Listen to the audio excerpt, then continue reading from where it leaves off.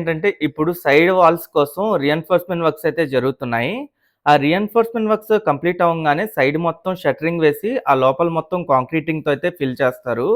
Already ఇటువైపు ఉన్న పోర్‌కి side మొత్తం షట్టరింగ్ అయితే వేశారు. ఆ షట్టరింగ్ మొత్తం మీరు చూడొచ్చు. లాస్ట్ టైమ్ మనం వీడియోలో అప్డేట్ ఇచ్చినప్పుడైతే ఈ షట్టరింగ్ వేసే పనులు ఇంకా స్టార్ట్ చేయలేదు. ఇప్పుడు మొత్తం రీఎన్ఫోర్స్‌మెంట్ కంప్లీట్ చేసుకొని సైడ్ మొత్తం షట్టరింగ్ అయితే వేస్తున్నారు. ఇక్కడ మీకు కనిపిస్తున్న పోర్లు ఏవైతే ఉన్నాయో, ఈ పోర్లొచ్చేసి 2014, 19 టైంలో కంప్లీట్ అయిన పోర్లు. వీటి పైనే మళ్ళీ రీఎన్ఫోర్స్‌మెంట్ చేసి ఈ కాంక్రీటింగ్ అయితే వేస్తున్నారు.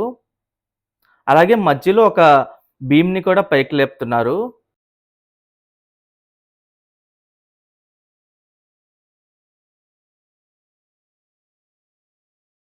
అలాగే ఇటువైపు పోరు పైన మళ్ళీ రీఎన్ఫోర్స్‌మెంట్ వర్క్స్ అయితే జరుగుతున్నాయి. అలాగే ఇటువైపు రీఎన్ఫోర్స్‌మెంట్ వర్క్స్ అయి కంప్లీట్ అవ్వడానికైతే వచ్చినియి. త్వరలో ఇటువైపు కూడా కాంక్రీటింగ్ అయితే వేస్తారు. ఈ ఐకానిక్ హైకోర్ట్ వచ్చేసి బేస్‌మెంట్ G+7 స్ట్రక్చర్‌తో అయితే ఉంటుంది.